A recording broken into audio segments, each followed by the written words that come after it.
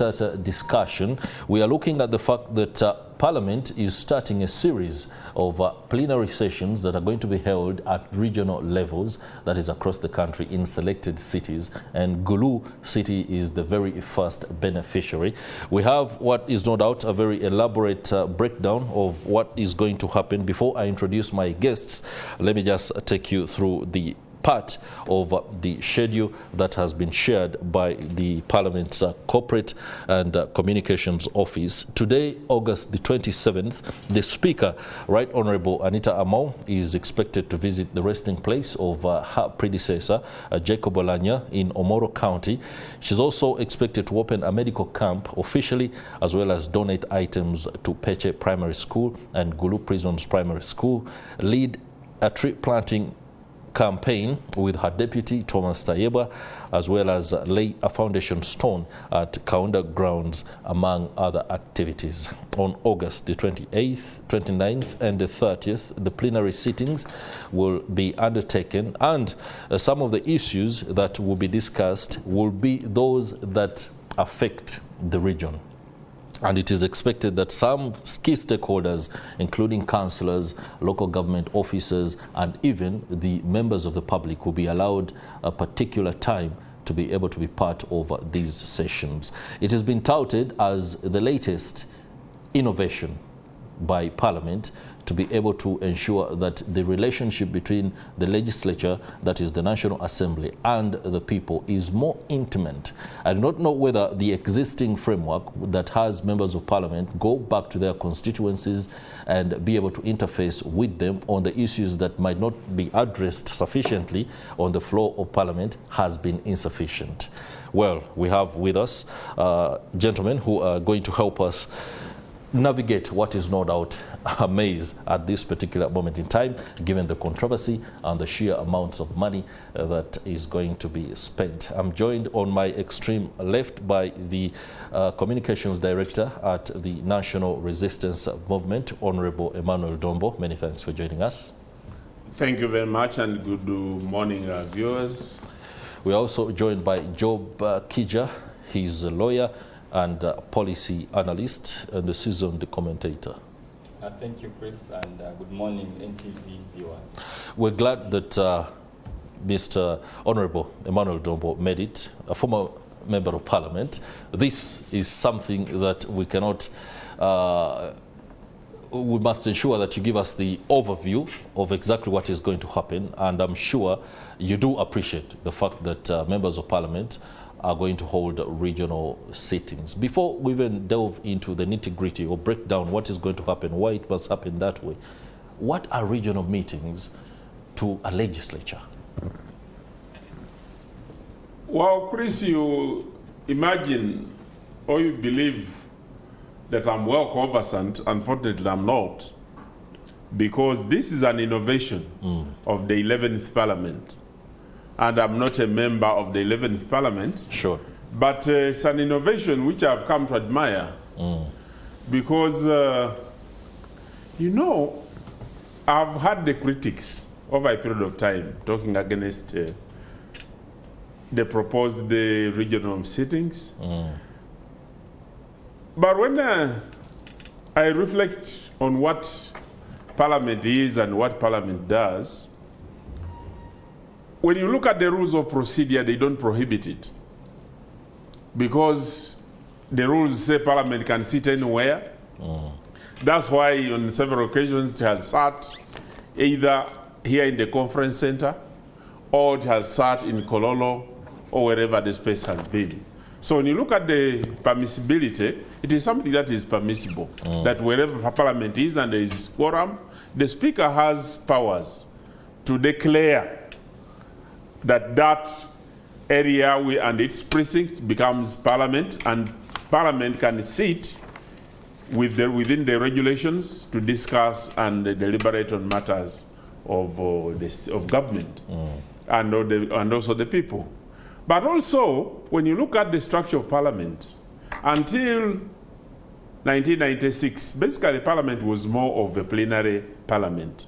We did have limited number of committees, but after the promulgation of the 1995 Constitution, as a method of work, modus operandi, it was agreed that Parliament will sit both as Parliament of Uganda in plenary, but also Parliament has delegated authority to the committees of Parliament, which have been sitting. And until now, committees of Parliament have been sitting throughout the country. You have seen the Public Accounts Committee, you have seen the Local Government Accounts Committees, and other committees of Parliament in a delegated manner going into the regions or wherever need has been for them to do oversight, but also to conduct meetings of the committees of Parliament. There are many people who don't know that that has been Parliament sitting there, or they have been doing so on behalf of Parliament. That is right. So if committees have already been doing that, why can't plenary do it? Because I don't know why even this debate. But because people were used to Parliament sitting in Kampala, for the 20 years I was a member of Parliament, we only sat in Kampala. And we came to believe that that's what Parliament should do. So the Right Honourable Speaker and her team and the 11th Parliament is coming up with an innovation, and other than criticizing them, me, I would like to wait and see what are the benefits out of this. Great. To my brothers on the opposition, especially the leader of the opposition, this is a missed opportunity. Like him, a person who comes from Buganda, and Buganda has been arguing for federal. And a person who comes from Buganda and is arguing for federal, this would have been the most beautiful opportunity for them to use this and argue their case when Parliament is seated in the north, to say, isn't this the precursor to the federal we have been talking about? Although this is a national Parliament sitting, but you know, whenever you have a mission or a goal you're pursuing, you must use every available opportunity to argue the case and also to use it as an example, reflect. But I want to tell you that many people were used to the old system. Chris, you are here when the digital television sets were coming. You had the arguments of people, and some leaders were elected because they were fighting the digital sets. That's right. Would you want to introduce that debate again? And you see whether the same people who argued it then would argue for the analog to come back and the type of picture we are seeing and the limitation of the way we are communicating. But because people are used to the analog, their mind had been stuck in analog. So in Uganda also, the people who are arguing the previous state or the status quo is because their mind is locked that in the status quo, that's what they have grown up seeing. But for me, I'm excited. I want to look at I missed the opportunity. I wish I was a member of Parliament. I would have... a comeback is possible. This would have been historical for me to say I was one of the members of Parliament when the maiden regional Parliament went to Gulu and went to various areas. Okay, Job Kiija, I want you to, I just beg your indulgence. Let me just stick with the Honourable on this aspect of permissibility and the fact that committees have already been doing this for some time. And that's how the whole aspect of should this go on when committees have already been doing this in terms of the cost, because many Ugandans are looking at the cost of this exercise, and that's where the bone of contention mostly is. It's not about what will be debated or whether it will even yield much, but the cost of regional sittings, because we know our politicians, you are a politician, you've been a very active one, there is a tendency to be flamboyant in expenditure. And for example, Gulu City alone right now, the amount of money, for example, in allowances, facilitation for members of Parliament is huge at a time when the nation is looking to find every money to be able to attend to the pressing issues of the day. So the people's concern is not mainly the modus operandi or a lack of innovation or the need to innovate, but the cost of this. Was it a priority at this point in time? Well, thank you very much, Chris. I also would want to remind the people of Uganda. I remember being part of the delegation led by Right Honourable the Second, when he was the Speaker of Parliament, when we went to visit the camps in northern Uganda at that time. After the LRA war. After the LRA war. Actually, it was even during that time. We went, and when we came back from the north, Parliament passed the motion that North be declared an emergency area so that government can look for funding in whatever way possible. There was a motion being debated, but just myself going to the north and seeing children and people who had been born in camps, I wondered what type of children they would make when they become adults and how they relate with our children who have grown up under providence, protection, and those children are subjected to what the level of challenges that they were going through. When we came back immediately, the perception of members of Parliament changed, and that motion was passed with ease on the floor of Parliament. Now, coming on the issue of cost, democracy is expensive. Democracy is expensive, and once you implement it, because somebody will tell you it is expensive, why 500 members of Parliament anyway? Why not 100? All that would be a saving. Why 50 committees of Parliament are not being facilitated? Why don't we have only 10?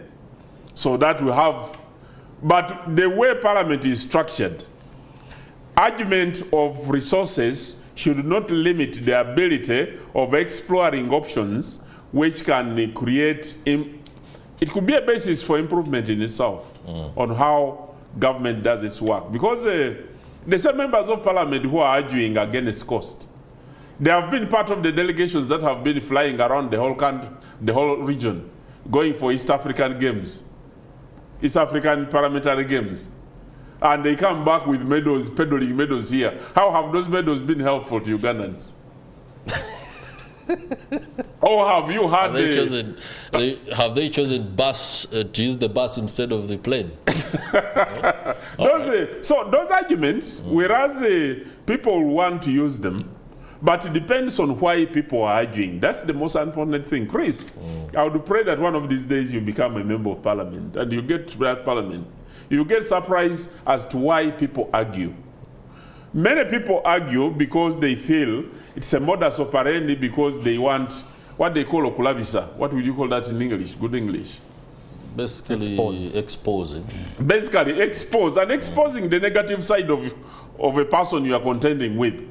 That always somebody must always portray you in the negative, especially in this digital era where somebody will be seeing you on phone, on TV, and wherever it is. The second one is that people want to this is a celebrity era. Because whoever wants to do something, he wants to, if I was a Muganda, I would say Vandabi. So either he's doing something with the media because he's exposing the other, or he's doing it so that people will say, Wandavie. They would even go to argue in a manner. You go to Parliament and you see how members of Parliament argue when the cameras are there, and how they do when the cameras have left. Oh, interesting there. Because many committees, when there are no cameras, you not get the quorum, the desired quorum that you need to do. So many people are arguing about this, but to me, this is an innovation. We don't know how it will portray out. We even don't know the advantages, how they will be. But it's an opportunity for us to try a new something, and we see whether it works. But my friends who are arguing for federal, this would have been the most ideal opportunity for them to go and argue, to say, you people, now that we can be in Gulu and talk about the issues of northern Uganda. If we can be in Masaka and talk about issues of central Uganda, isn't it high time people begin thinking about either a regional tier government or a federal arrangement? Okay, Job Kiija, I allowed Honorable Dombo because he holds particularly good offices when it comes to issues of legislation, a former member of Parliament spanning 20 years. I was also a parliamentary commissioner. A parliamentary commissioner, no doubt about it. So, I don't know how I won't ask the question, but submit according to what you hear. He has given a very elaborate case for why this should go on. It is something maybe we should not question and give an opportunity to see how it works out. Yeah. First of all, I need to, really with no offense meant, Honorable Dombo, because I respect you so much.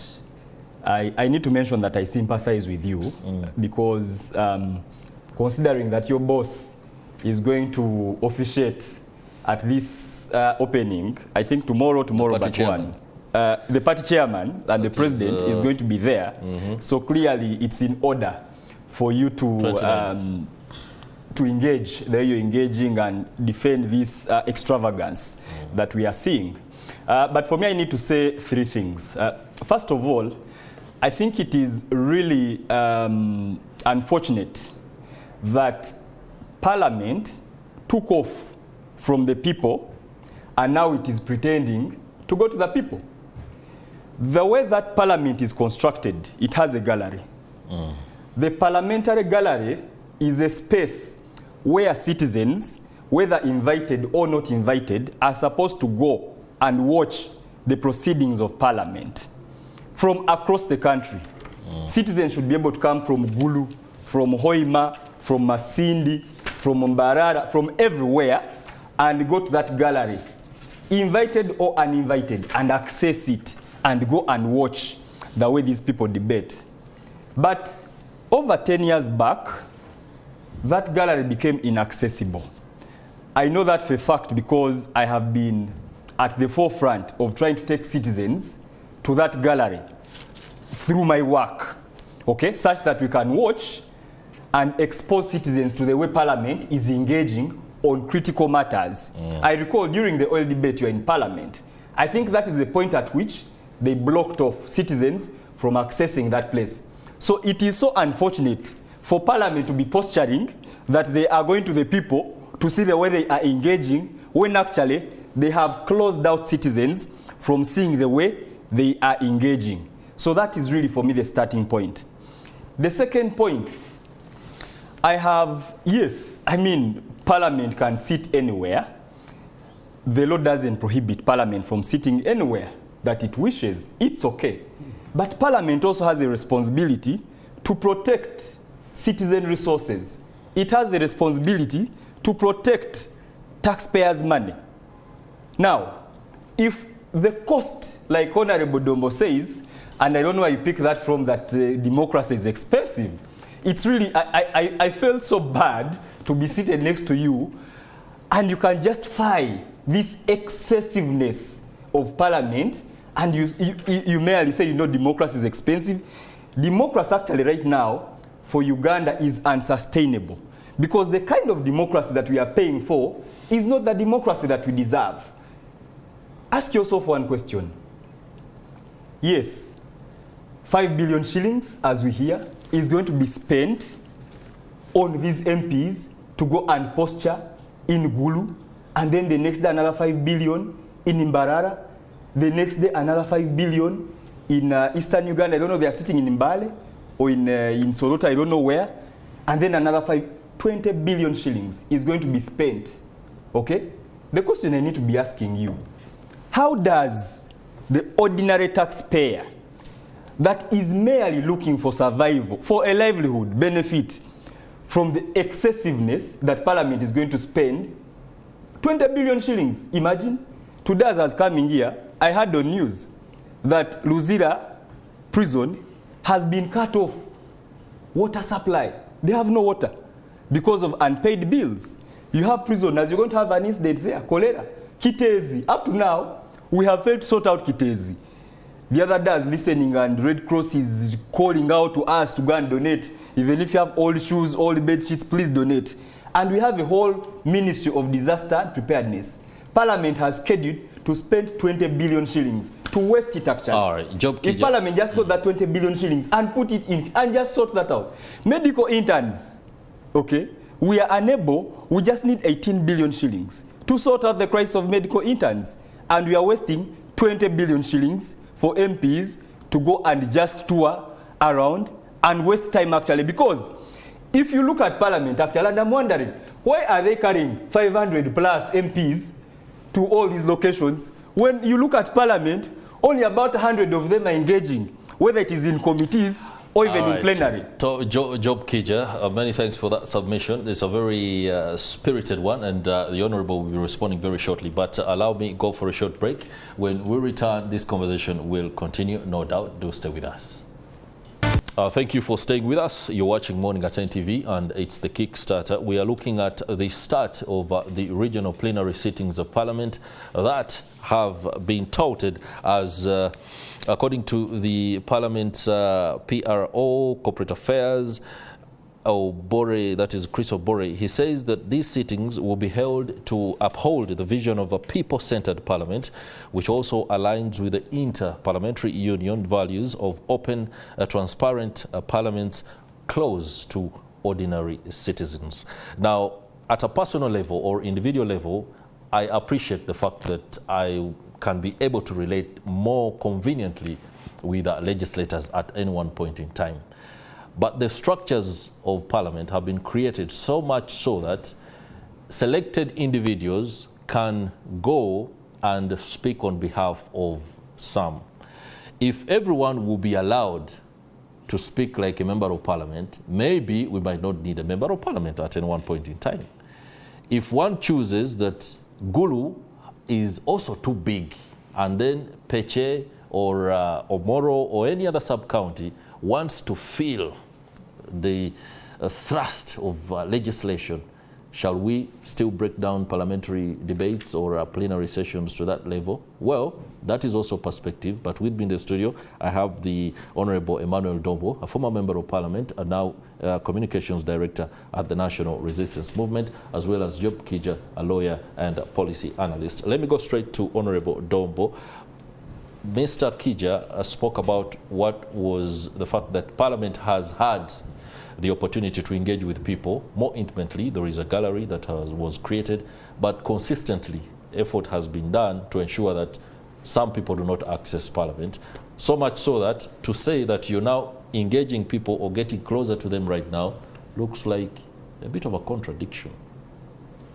Yeah, posturing.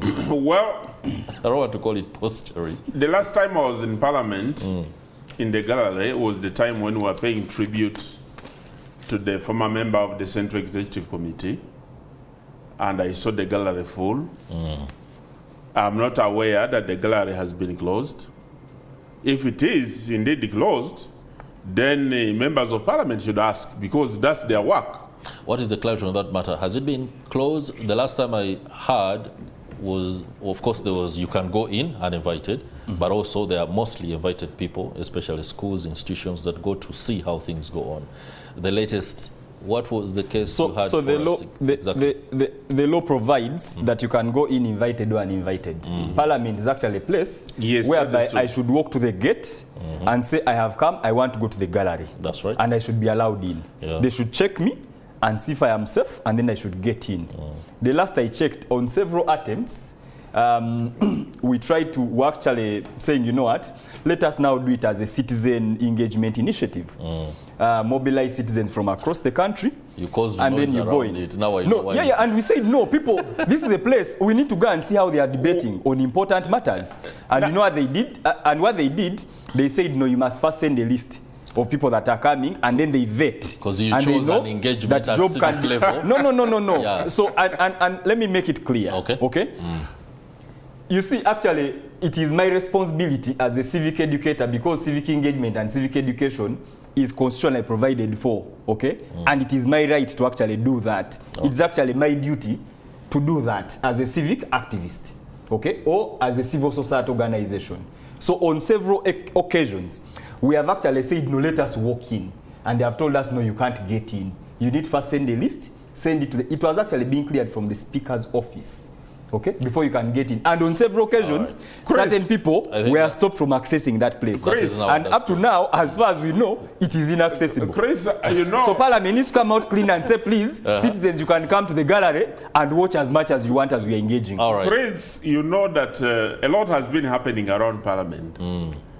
Previously, there have been piglets taken to Parliament. All that was civic engagement.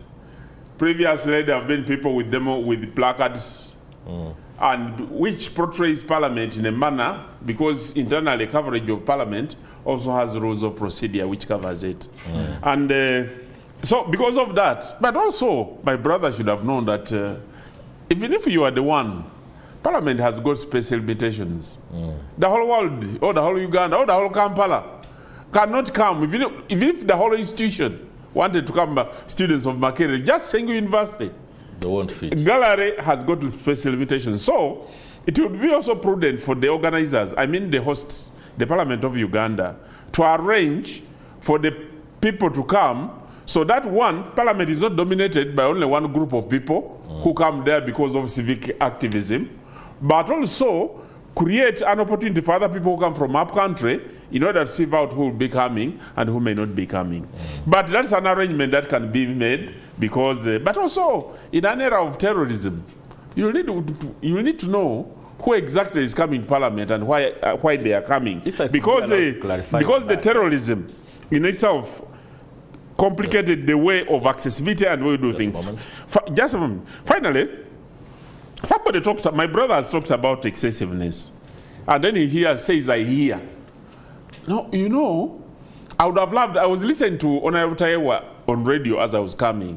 He was talking, I think, whether he was in Parliament, I don't know whether it was a press conference, but he was saying that the cost of Parliament is almost the same cost that Parliament has been going through when they have been here. I would have loved somebody who is familiar with or conversant with the costs. So that somebody comes and makes a case. But in every expenditure that we do, there is opportunity cost. And what is the opportunity cost? The money you pay members of Parliament as a salary. That money would have done something better.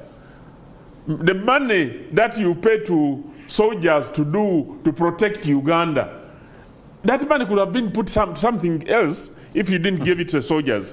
So everything has got an opportunity. The priority there, you use the adage of soldiers. This is protection. Peace is important. It comes first before anything else. If you don't have it, then the rest won't come. But Chris, do you know what the expenditure of Parliament is going to do the economy of Gulu? Who tells you that the MPs should only be spending to the people of Kampala? Why should they dominate? The people of Gulu, bars in Gulu are going to sell, hotels are going to sell, people are going to sell. That is for 4 days. Yes, for those 4 days. Just like a tourist event can do. Absolutely. Those 4 days are going to have an impact on the economy of Gulu. Actually, other countries, they deliberately pump money to the population. If they see, that's why the Welfare Society of UK started whenever there was a slump in the economy. They would even give welfare money to the citizens of Uganda, I mean citizens of UK, in order to enable them to spend so that they support the economy. Let me ask the question. Would you, for example, opt for 20 billion Uganda shillings to be pumped directly to the people of the regions that these sittings are going to happen than actually going there? Now, that is something that can be debated. And for now, what has been decided by the Parliament, you know, we are only making commentary, but Parliament has decided. It has already decided. It has decided they are going to Gulu and they are going to spend this money. Let us wait and see what happens. Me, I wouldn't want to overcastigate our friends. I know this money could have been spent on so many things in Uganda. But let the people of Gulu also go and enjoy it, and we see whether it is a bad idea. If it doesn't work out, then we shall come back here and criticize it. Depending on the outcomes, what happens in Gulu. Would spending that money on medical interns be a bad idea? Would it? Absolutely, but who says that, why doesn't Parliament itself find money to spend on the medical interns? Because that's their work. All right. They can even discuss the issue of interns while they're in Gulu and come back when they have a solution. All right. That's a good one. We hope they come up with a solution, no doubt. Job Kiija, there's something that's been itching. He asks an interesting question. Why doesn't Parliament find the money for the medical interns? I think for me, the question of medical interns is not a new thing. Medical interns have been striking for a long time, and Parliament has failed to identify money that they can allocate to sorting out the medical interns issue. And now, they can easily find money to waste on themselves. You are talking about money being, I think that shows you that what Parliament actually prioritizes. It is failing to prioritize what are the most teething issues that are affecting Ugandans, and they are opting to spend on themselves. So that is the kind of legislature that you have. When you look at Parliament, by the way, I have listened to the arguments that they are making as to why they are doing the regional sittings. One of them, I think I spoke about it, that citizens will get the opportunity to see these MPs, okay? And that is what the Speaker was saying. And I'm wondering what value an ordinary citizen that is looking for a meal, that is looking for medical care, an ordinary citizen whose mother is dying because they can't access basics, like even Panadol medicine in a hospital, benefits from seeing an MP, 500 MPs going to Gulu. But Chris, let me ask a question.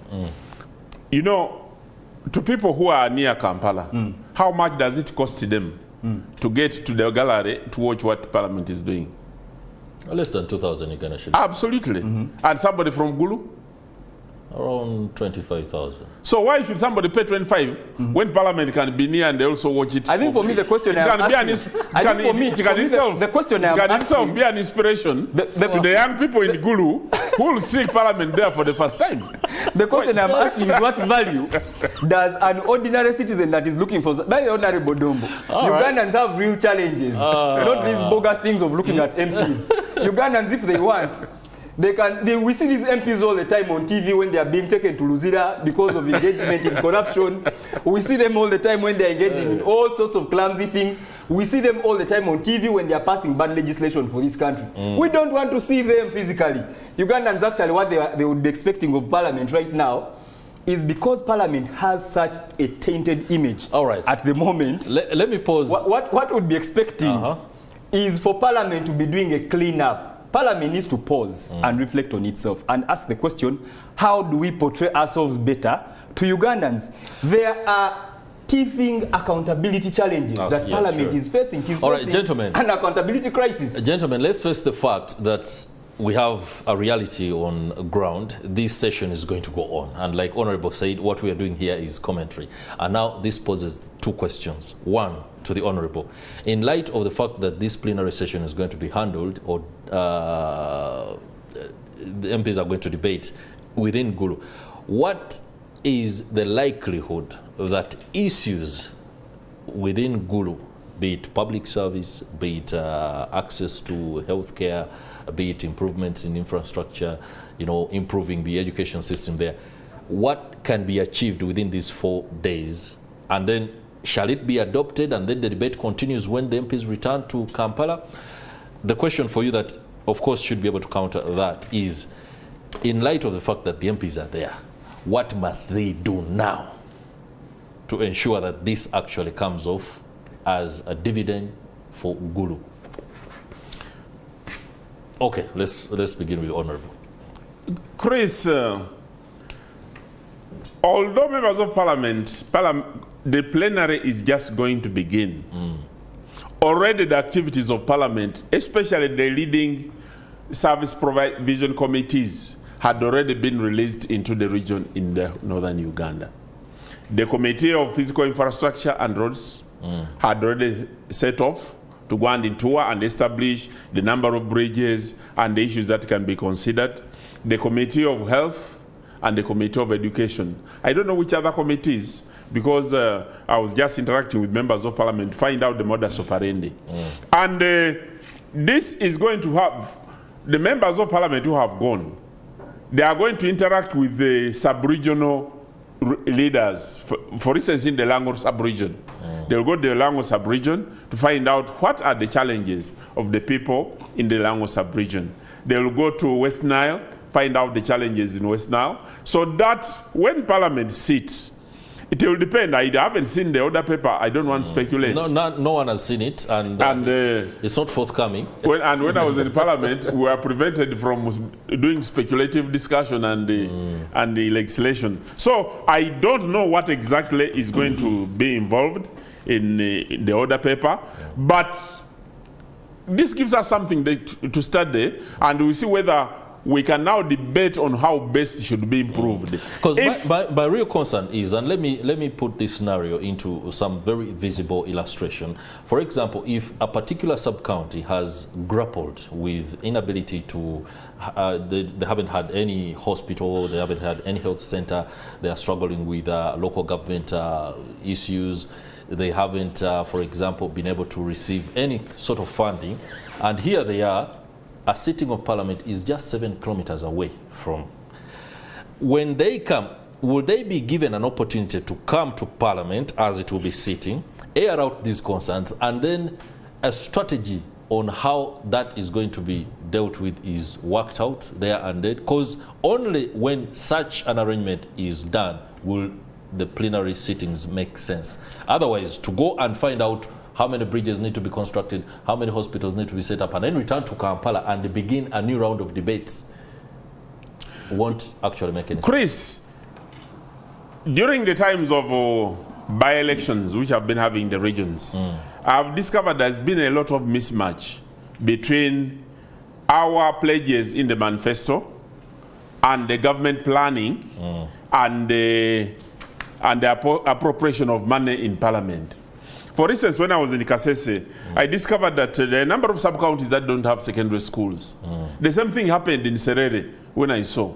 And I kept asking myself, if our policy in the manifesto says every sub-county must have a health center 3, must have a sub-county, how come that when members of parliament sit, they can allocate more money or more secondary schools in one sub-county, more health center 3s in one sub-county, when there are other sub-counties? That don't have. And that which has created a problem is the recent introduction in parliament where people are using the budget committee in order to do priority allocations to members of the budget committee instead of using the special needs. Perhaps now that they're in the northern Uganda, they'll be able to see the mismatch of government planning, the pledges of government, and what exactly they have been appropriating for. Honorable Dombo, we're going to have to go for another break, and when we return, Job Kiija will set us off with what he thinks can be done within the current set of contradictions when it comes to how MPs can effectively ensure that these communities or regions actually see some benefit after 4 days of plenary discussion. Stay with us. Welcome back. I'm glad you're still with us. We are discussing the plenary sittings that are going to be held at regional level, starting with Gulu City, and of course that is already underway. We do understand that there is a whole lot of activity within Gulu City, and like the Honourable spoke about a little earlier, I think the business and the economy in Gulu today is booming. If you don't have anything to sell, a service, a product, please quickly realign your resources and be able to reap from what is no doubt a windfall in town for those that are in Gulu. Later on, I think in our bulletins, we shall be having an idea of exactly what is happening, as those updates will be coming through NTV at 1, NTV at Kaongezi, as well as NTV tonight. But for now, let's finish this conversation. Job Kiija, this parliament has an opportunity to redeem itself, away from accusations of posturing, away from the public relations that is all around, given the series of the corruption scandals that they've been through, or on account. It's not speculation, it's not allegation. Even the president has spoken about the fact that MPs are corrupt. What can they do now, as they are sitting in Gulu, in order not to fall into the pitfall that has been the parliament before, where debate can go on passionately, and then at the end of the day, a year goes and we are still at the same point? I think for me, I need to be honest that it is really difficult to imagine that anything useful is going to come out of that sitting or even these regional sittings. But I think what really needs to be done is to ensure that MPs take their role seriously as members, because I mean, if we are looking at the challenges which affect citizens, that's right, these are challenges that are identified at the local level, local government level. MPs have actually a mandate to be sitting in the local councils to see even as the proceedings are going on. That's okay, right. They have that opportunity. So, but also, of course, they have funds to go to their constituencies and sit with their constituents and identify the challenges that are really affecting them. So for me, my view is that MPs just need to take their job a bit more seriously. They need to do what they are supposed to do. They need to start engaging with the local governments. They need to be in the local councils once in a while. They don't have to be there all the time. Sit in and listen and see what is going on. They need to interact with the local governments to find out what actually are the real challenges that are affecting citizens on the ground, and then have them documented properly and present them on the floor of Parliament. The reason MPs are not able to articulate the concerns or the issues that are affecting their constituents very well in Parliament is because they are lazy, they don't research. I think every member of Parliament is assigned to an assistant or a researcher, or even if they are not, there is a full-fledged research department within Parliament, and you can initiate, you can do an inquiry in the research department, and they will conduct a research for you on any matter that you require. Yeah, but already, even just from there, the way their offices are facilitated, they have enough money to be able to just, even if it is 500,000 shillings from the 40 million they are earning per month, and you give it to somebody to just be in your constituency, to really identify these issues for you and package them properly for you and present a memorandum for you which you can present on the floor of Parliament. I think for me that's where MPs need to be thinking instead of just wasting our money.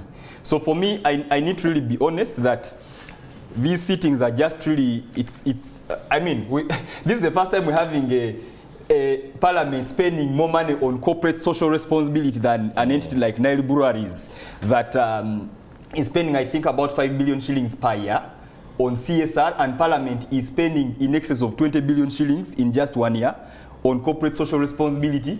And if you and then you add also this 20 billion they are going to spend now, that is 40 billion. So if you ask yourself the question, what are they marketing to Ugandans that we are not seeing? So for me, I think Parliament just needs to get a bit more serious, even in the way it monitors the performance of individual MPs. We used to have the parliamentary scorecard in your days, which unfortunately is no longer there.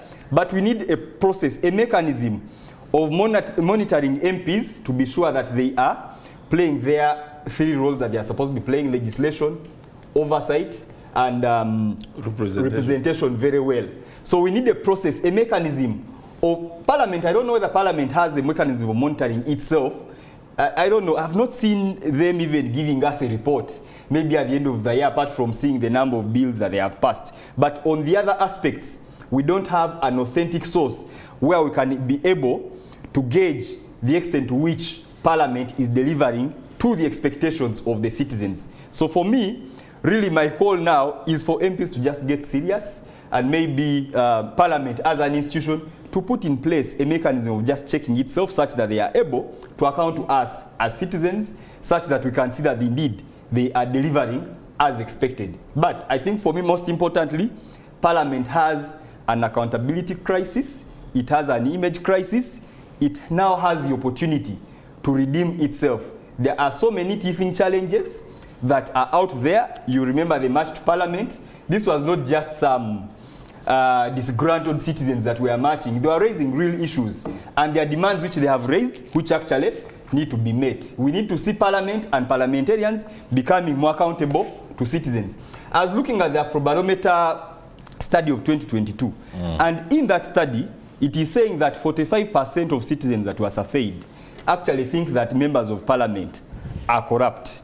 Okay? Now, based on that, I think MPs have a responsibility to actually be cleaning up its image such that they can start appearing as more accountable to citizens and as representatives of citizen interests.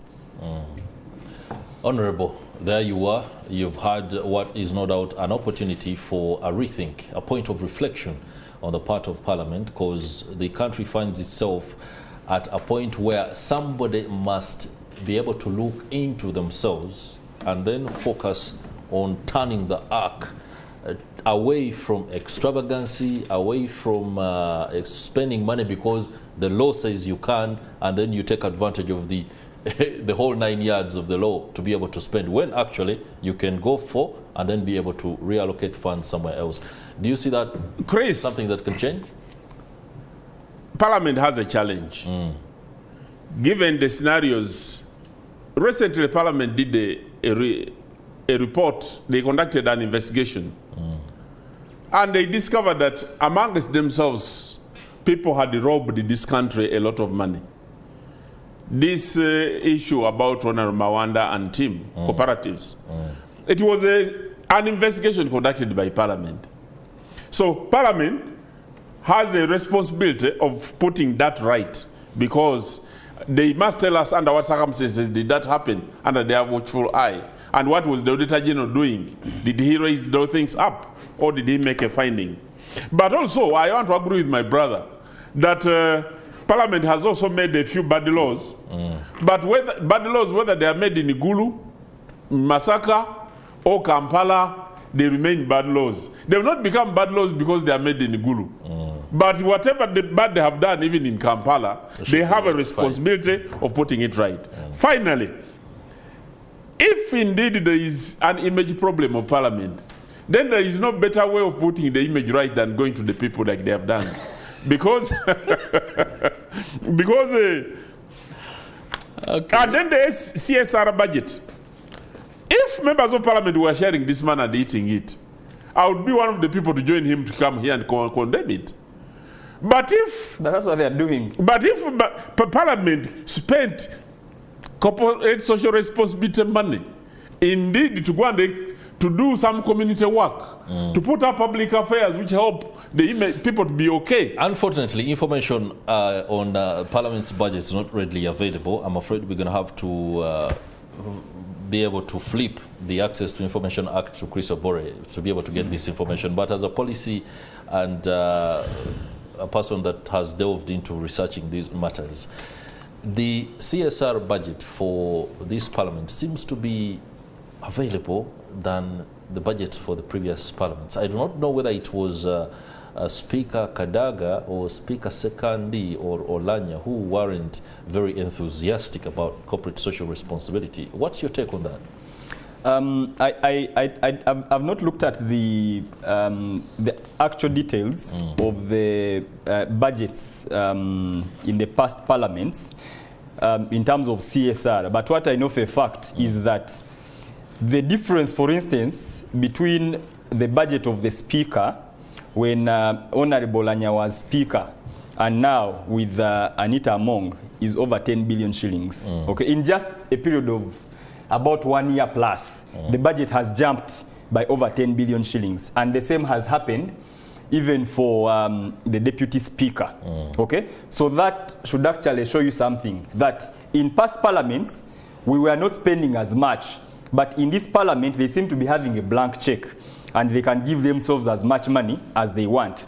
If you look at the excessiveness in terms of the way the money is actually being spent, we were never hearing of these movements of money from the consolidated fund or from the parliamentary budget onto individual people's accounts in billions, including drivers, in just a few days, including drivers. It is the first time that we are hearing this. And Honorable Dombo is raising an interesting point, that, you know, if this money was actually being spent, okay, and he's being quite, I don't know that he's being philosophical. I think he's fearing to say something. He's saying that if this money was actually being spent in the communities, that would be okay. If the money was then being spent or being shared by these MPs, siphoned, it would be a problem. That would be and corruption. Actually, what we are seeing now is that this money seems to be being shared by a few individuals. Okay? How service awards? If you look, service awards, 5 MPs benefited. Was it 4 or 5? I think there were 4 MPs. 4 MPs benefited from the service award. If you look at the budget for corporate social responsibility, I am looking forward to a moment, okay, and I'll be the first person to applaud the Speaker, or even Chris Obore or whoever it is, when they come here and give us the accountability for that money that was moving to individuals' accounts in the name of corporate social responsibility.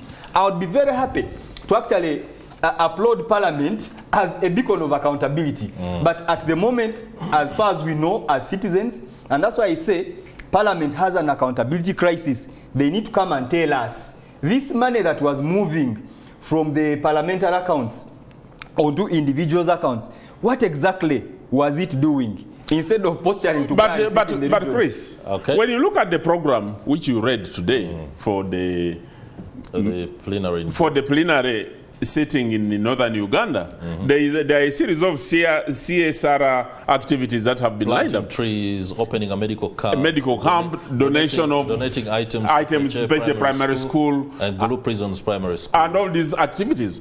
I think these are noble activities that the Parliament is going to do. But if there is any area where they need to account or be asked questions, then you can go ahead and ask them. All right. Honorable Emmanuel Dombo, Communications Director at the National Resistance Movement and former Member of Parliament, many thanks for making time. We've been emboldened by your perspective on these matters, and many thanks to you too, Job Kiija, Policy Analyst and seasoned commentator. Let's now go to Nansana.